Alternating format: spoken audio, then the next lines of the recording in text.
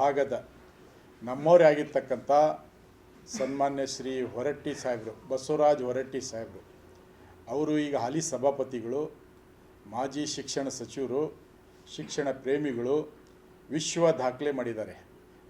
ಏನು ಇವತ್ತು 8 ಬಾರಿ MLC ಚುನಾವಣೆ ಗೆದ್ದು ವಿಶ್ವ ದಾಖಲೆ ಮಾಡಿದ್ದಾರೆ. ಹಾಗಾಗಿ ಭಾಳ ಸಂತೋಷ ಆಗ್ತಾಯಿದೆ. ನಾಳೆ ದಿನಾಂಕ 13/12/2025 ನೆಹರು ಮೈದಾನದಲ್ಲಿ ಒಂದು ಅಭಿನಂದನಾ ಸಭೆ ನಡೀತಾ ಇದೆ. ಆ ಸಭೆಗೆ ನಾನು ಕೂಡ ಹಾಜರಾಗಿ ಅವರಿಗೆ ಸನ್ಮಾನಿಸಿ ಅವರ ಆಶೀರ್ವಾದ ನಾನು ಪಡ್ಕೊತೀನಿ.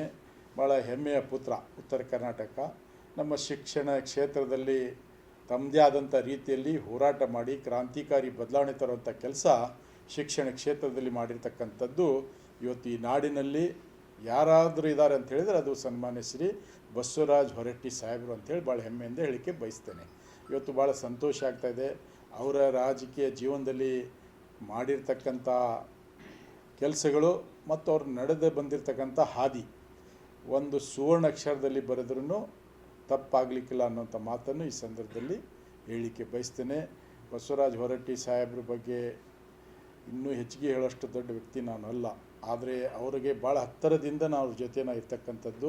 ನಾನು ಯಾವ ಸಂದರ್ಭದಲ್ಲಿ ಫೋನ್ ಮಾಡಿದಾಗ ಫೋನ್ ಅಟೆಂಡ್ ಮಾಡ್ತಾರೆ, ಹೇಳಪ್ಪ ಖಾದ್ರಿ ಅಂತ ಹೇಳ್ತಾರೆ, ಮತ್ತೊಂದು ಹೇಳ್ತಾರೆ ಹೇಳಪ್ಪ ಎಲ್ಲಿದೆಯಾ ಅಂತ ಹೇಳ್ತಾರೆ. ಭಾಳ ಅಂದರೆ ಅವರಲ್ಲಿರ್ತಕ್ಕಂಥ ಅತ್ಯಂತ ಪ್ರೀತಿ, ಕಳಕಳಿ, ವಿಶ್ವಾಸ.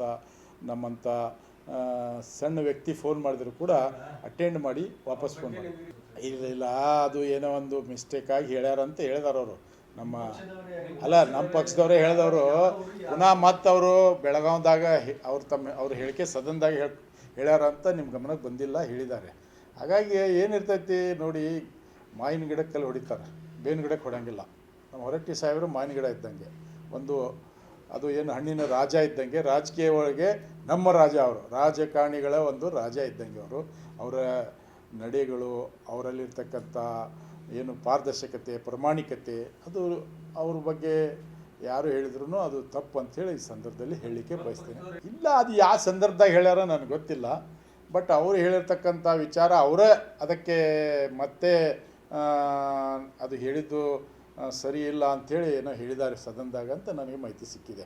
ಎಲ್ಲ ನಮ್ಮ ಒಂದು ಉತ್ತರ ಕರ್ನಾಟಕದ ಒಂದು ವಜ್ರ ಇದ್ದಂಗೆ ಅವರು.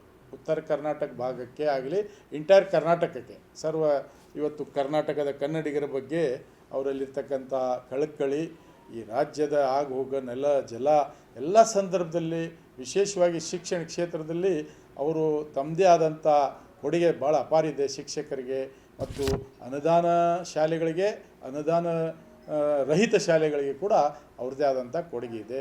ಯಾವ ಸಂದರ್ಭದಲ್ಲಿ ಭೇಟಿಯಾದಾಗ ಶಿಕ್ಷಣ ಕ್ಷೇತ್ರಕ್ಕೆ ಚಿಂತನೆ ಮಾಡ್ತಾರೆ, ನಮಗೆಲ್ಲ ಸಲಹೆ ಸೂಚನೆ ಕೊಡ್ತಾರೆ, ಮಾರ್ಗದರ್ಶನ ಮಾಡ್ತಾರೆ.